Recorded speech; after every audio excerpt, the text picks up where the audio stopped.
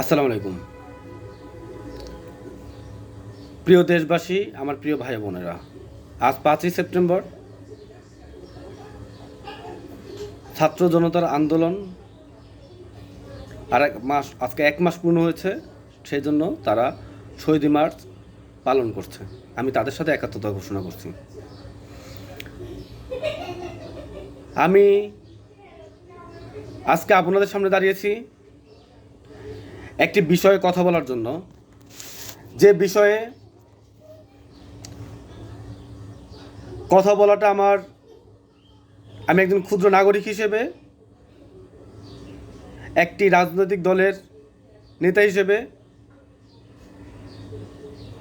বলাটা উচিত নাকি উচিত হবে না, তার দ্বিধাদ্বন্দ্বের মধ্যে আমি কথাটা বলতে চাই।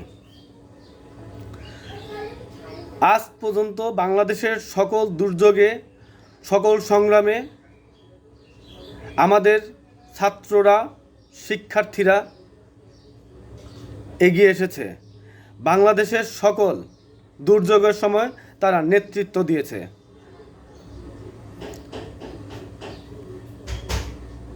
বাংলাদেশের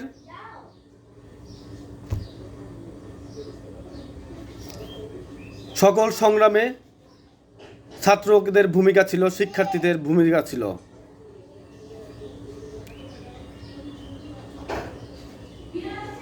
বাংলাদেশের আজকের এই দিনে স্বৈরাচার সরকার ক্ষমতা ছেড়ে পালিয়েছে। বাংলাদেশের এখন পর্যন্ত যত সরকার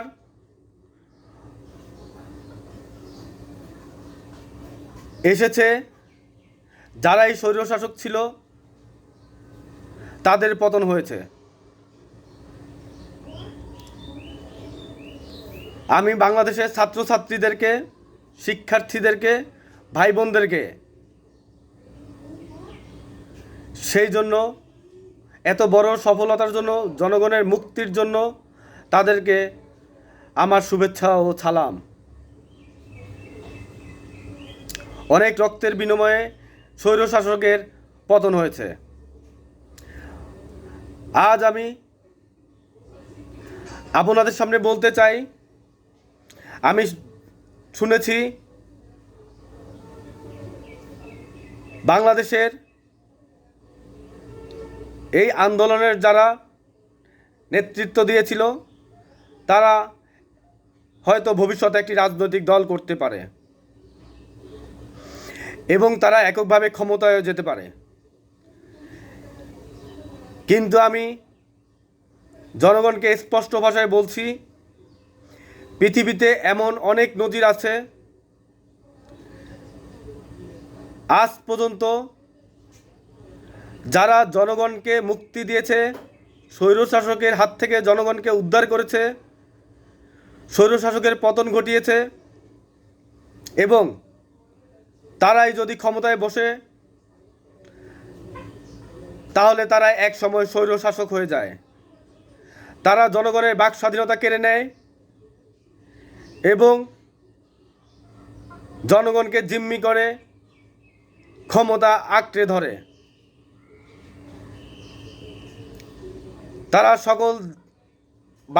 তারা দেশের সকল রাজনৈতিক দলকে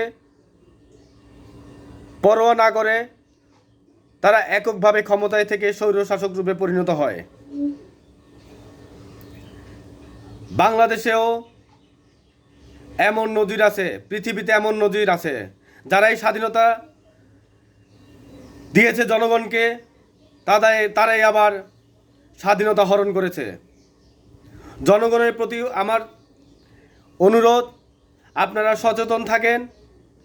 আমাদেরকে যারা মুক্তি দিয়েছে, যারা স্বাধীন পথ দেখিয়েছে, তাদেরকে আমরা সালাম জানাই, স্মরণীয় করে রাখব এবং সম্মানিত করব। কিন্তু আপনারা অতীত থেকে শিক্ষা নিয়ে নিন, যেন অতীত থেকে শিক্ষা নিয়ে আপনারা বিরত থাকেন। অথবা আপনারা চিন্তা ভাবনা করে দেখুন, বাংলাদেশের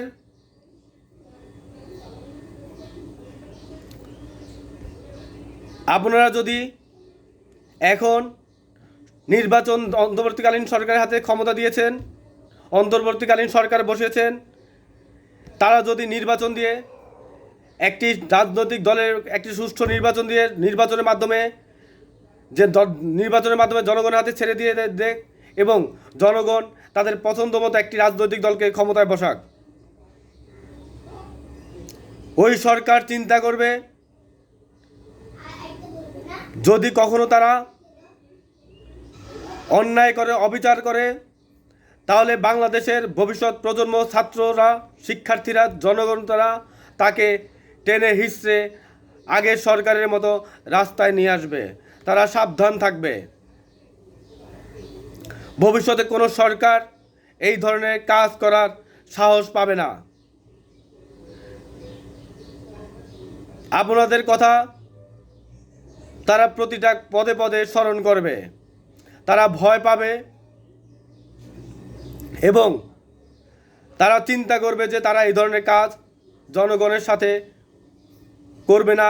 দেশে লুটপাট, ঘুষ বাণিজ্য, অর্থ পাচার করবে না, কারণ তারা অতীত থেকে শিক্ষা নিয়েছে। কিন্তু আপনারা যদি দেশের রাজনৈতিক দলগুলোকে, দেশের জনগণকে ভোটাধিকার হরণ করে আবার আপনারাই যদি ক্ষমতায় আসেন, তাহলে তার পরিণতি বাংলাদেশ ভোগ করবে, বাংলাদেশের জনগণ ভোগ করবে।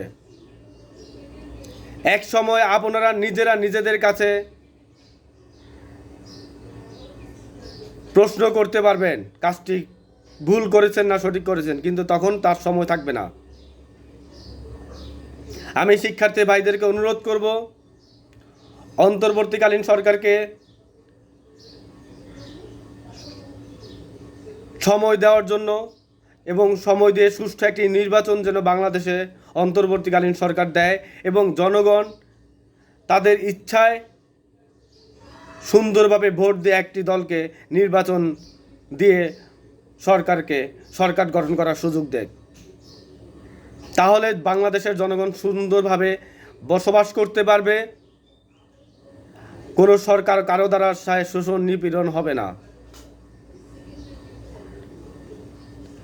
আমি দেশের জনগণকে আহ্বান জানাই, আপনারা সুন্দরভাবে চিন্তা ভাবনা করুন এবং শিক্ষার্থী ভাই বোনদেরকে অনুরোধ করছি, আপনারা দেশের ভবিষ্যৎ আপনাদের হাতে। আপনারা যদি চান ভবিষ্যতে বাংলাদেশ বিশ্বের বুকে একটি উন্নত রাষ্ট্র হিসেবে থাকবে, উন্নত রাষ্ট্র হিসেবে দাঁড়াবে, আর যদি আপনারা চান তাহলে বাংলাদেশ তার পরিণতি ভোগ করবে। আমি দেশের জনগণকে, দেশের সাহসী সন্তানদেরকে, যারা এই আন্দোলনে শহীদ হয়েছেন, তাদের স্মরণ করে আমি আজ আপনাদের থেকে বিদায় নিচ্ছি। ধন্যবাদ সবাইকে, আপনাদের অনেক মূল্যবান সময় দিয়ে আমার কথা শুনেছেন। আসসালামু আলাইকুম।